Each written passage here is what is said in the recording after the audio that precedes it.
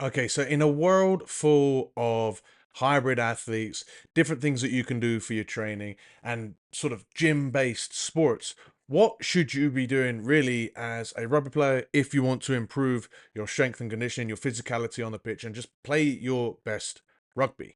That's what we're going to talk about today in today's Rugby Muscle Podcast. What is going on, everybody? I hope you're all doing well. I am the host of the podcast. My name is TJ. Welcome, everyone. Say hi in the comments below, helps out the algorithm. And of course, if you're on Spotify, give us a 5-star review, thumbs up on the YouTube, do all of that stuff. It really, really, really does help. And it takes like, what, 10 seconds of your time. And if you're already listening to this, say hi in the comments. Let me know what you think about this video and the ideas that I present to you. And if you haven't done so already, hit subscribe because you're going to get more information to help you improve your rugby, play your best, understand exactly what you should be doing in the gym. And if you want to skip the whole process of how to think about it, what to do, sort of devising your own program, of course, you can find links to work with me directly in the description below. But what I want to get into today is the idea that you should be training in the gym to be a better rugby player. And I know that sounds really obvious, but it's so easy with social media, even YouTube and Instagram, TikTok, even just like scrolling through websites or even old school magazines. If you're like old and you read words on bits of paper and stuff, it can still be very easy to get caught up in other sports and end up training as athletes that are competing in different sports from rugby. And that's because so many other avenues of S&C have become their own specialized sports. And you should get inspiration from these ideas that these people do, but remember that your objective is not to compete in these sports. And we'll go through them and we'll sort of clarify exactly why, right? So number one, bodybuilding, right? You're not a bodybuilder. Your sport is not judged by how much tanned muscle you have shown off in your swimwear on stage. That is not the objective. If you're a bodybuilder, your whole sport in its entirety is how much muscle you can gain, how symmetrical you can be with that muscle, how balanced you can look with that muscle, etc. But really, gain as much muscle as absolutely possible, and then eventually get as little fat as possible. It doesn't matter how fit you are, it doesn't matter how strong you are, it doesn't matter how powerful you are. Your performance is judged on stage with as little body fat as possible and retaining as much muscle as possible. That's it, right? As a rugby player, your performance is absolutely going to benefit from gaining muscle, but only as a means to produce more force to win contact situations, to increase your power and strength, and to an extent to lower injury risk, right? The more muscle, the more force you can produce in any given moment is going to help protect your joints and also protect those muscles from tearing. But sufficient hypertrophy is, if I'm honest, going to happen anyway as a byproduct if you're strength training and if you're eating and you're sleeping adequately. You're probably going to gain as much muscle as necessary to improve your performance. Now, as I do say this, I kind of chuckle to myself because it's not like there's loads of really massive muscular people that are really weak. That's just not how it works. If you want to gain muscle, you have to train to get stronger anyway. There are ways to get stronger without necessarily gaining loads of muscle, which is why you see athletes in sports such as powerlifting and weightlifting having weight classes. That's because they are neurologically efficient. That's because they're really efficient at the movement as well. So they're able to produce a massive amount of force with the smaller muscles. That being said, if those guys were to try to gain muscle, they would absolutely be stronger because that's how it works. You can get stronger without gaining muscle, but you cannot gain muscle without getting stronger. It just doesn't happen. Okay, so people will have you believe that, and that's probably because they've got influence from these massive roided up bodybuilders that get that, they sort of gain muscle without even doing any training, and that's just not, again, not applicable to you as a rugby. So don't get caught up in that stuff. You should still train all of your S&C properly with a balanced perspective. And as long as you're eating and sleeping well, and you're getting enough volume, which is not much at all, you're going to be getting stronger and bigger adequately as best you can. Okay, don't get caught up in training like a bodybuilder to get bigger to become a better rugby player. It's just not how it works. Now, in this pursuit to get stronger, to produce more force on the pitch, to become a better player, it can be easy to get caught up in another sport. And here's the next reminder: you're not a power lifter, nor are you a weightlifter. It's very easy to get caught up in these sports because these are the prominent strength focused people that you'll see at the gym. But reality is, your sport is not judged by how much weight you can squat, bench, and deadlift for one rep, nor is it judged by how much weight you can snatch and clean jerk for one rep. Of course, as a rugby player, your performance is going to benefit from getting stronger.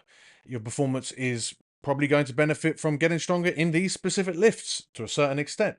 But you cannot be approaching your training as if that your end goal of your training is to get better at this or these sports, right? These sports have their own specific demands: squat, bench, deadlift, snatch, and clean and jerk.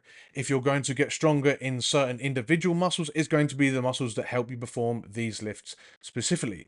On a rugby pitch, the muscles that you need are going to be slightly different. The situations that you're going to utilize your strength is going to be slightly different. In contact situations, you're going to utilize muscles that are developed really well from doing things like heavy rows and weighted pull-ups.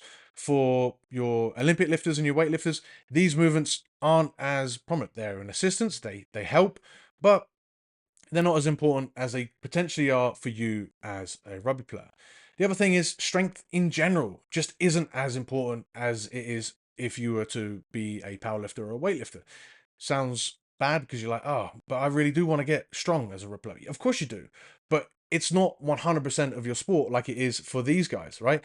So that's why you see powerlifters and Olympic weightlifters dedicate 100% of their time to get stronger at those lifts. So some of those times it's going to be, your technique work to get better, particularly as an Olympic weightlifter. There's a lot of technique work in performing those lifts, but same for squat, bench, and deadlift as well. And again, the individual muscles that are needed to lift there. What this ends up being is a 100% focus on just getting stronger. And as a rugby player, you just cannot afford to do that. Strength and hypertrophy is just one of the 5 elements of rugby S&C. The others being speed, power, movement slash athleticism, and in aerobic capacity. If your only focus is on getting strong as possible, you're missing out on those other 4 elements. So you understand, getting strong important, but it's only a part of the equation. And then you might be led to thinking, okay, I'm going to get really strong in the gym and then I'm going to become a really good runner.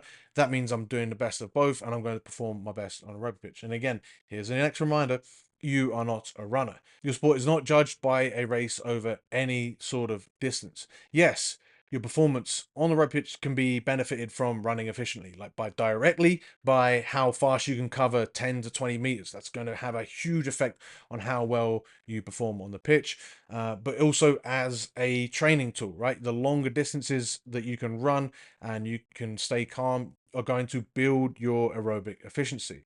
In the second situation, running is just a training tool that is going to allow you to improve your aerobic capacity. It probably can benefit from building some level of tolerance in your legs that's going to help you push out through the whole of the 18 minutes, particularly with rugby where you're on your feet for the entire, well, hopefully as much of the 80 minutes as possible, walking, jogging slowly, standing still, and then sprinting. Building some level of tolerance in your legs is going to help with that. But more importantly is your aerobic system. And that is built not at race pace, not by running 5K or even 10K as fast as you can. That is not how you build your aerobic capacity. And it's your aerobic capacity that is going to benefit you as a rugby player as far as fitness goes on the pitch. Remember, the game is played over 80 minutes, most of which is at a low intensity. Your aerobic capacity improves, you're able to recover faster and repeat your high intensity actions over and over again. A lot of your high intensity actions are going to benefit from improving your speed, but not speed over 100, 200, 400, 800 meter repeats, not by 1K, 2K repeats. No, your speed specifically for rugby is going to cover like 10 to 20 meters. Rarely in a game do you cover more distance than that, specifically for wingers, but I would argue for all rugby players. Working on your top end speed, which is covered over 50 to 80 meters, slowly building up and then reaching your absolute top end speed that you can reach, that's still going to benefit you on the rugby pitch because you're operating at a lower relative intensity for anything else, right? So what was 30% of your absolute max speed is now 20%, which means it's a lot easier. And that 20% is even easier because you are aerobically efficient. That is how running is going to benefit you as a rugby player. Not by trying to improve any specific race times. Those are going to come along. You don't necessarily even need to train to get a better Bronco time. There is some level of tactical elements that could go into that. But really, if you're looking to improve just on the rugby pitch, like, I wouldn't even bother doing that. Your whole goal is to get as aerobically efficient as possible and as fast as possible, and to repeat those fast, powerful, explosive efforts over and over and over again. And that is done by the training that I've already mentioned.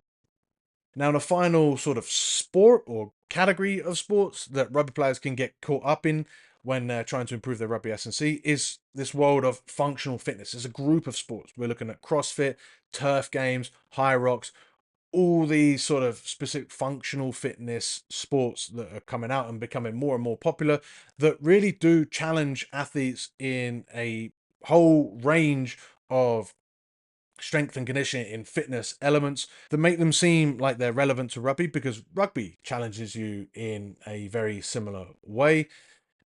You have to understand that these are still their own sports, right? These specific WODs, particularly when we're looking at Hyrox, that's got, you know exactly what you're going to be doing. You can be really specific with how you train for Hyrox. With CrossFit as well, because you've got specific WODs, you've got specific techniques that are always used.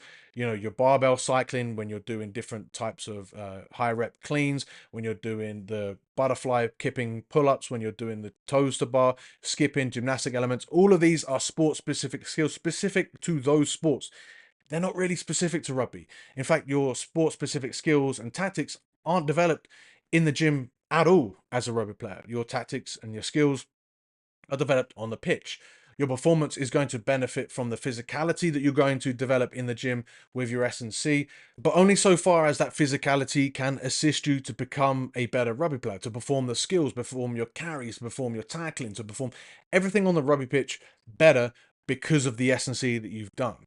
Okay, not everything with your S&C is definitely going to benefit you on the rugby pitch. And in fact, if you push yourself so hard that you cannot train your rugby as well as possible, that might even be a detriment to your rugby, because really the most important thing that you do in any given week is rugby, because that is how you become a better rugby player. It sounds kind of weird and obvious to say out loud, but the best rugby players are the best rugby players. If it was only a case of being strong and fit, like these CrossFitters, they would become rugby players and they would become professionals straight away.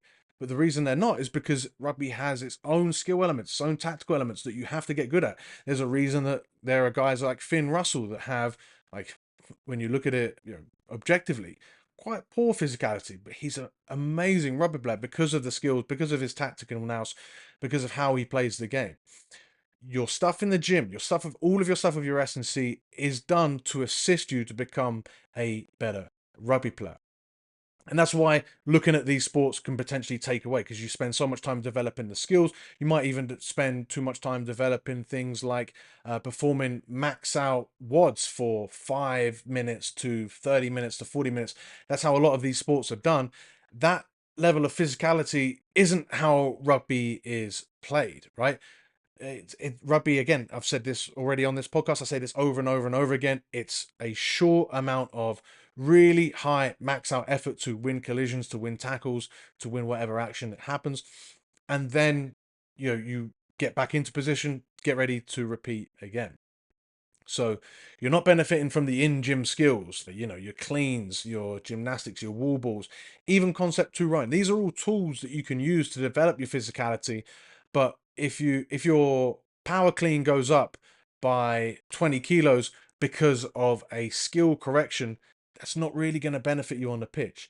Eventually, over time, you can utilize that tool to become more physical on the pitch and get stronger, all of that stuff. Yes, but you have to see the difference from improving your in-gym skills compared to improving your on-pitch skills, or your on-pitch physicality.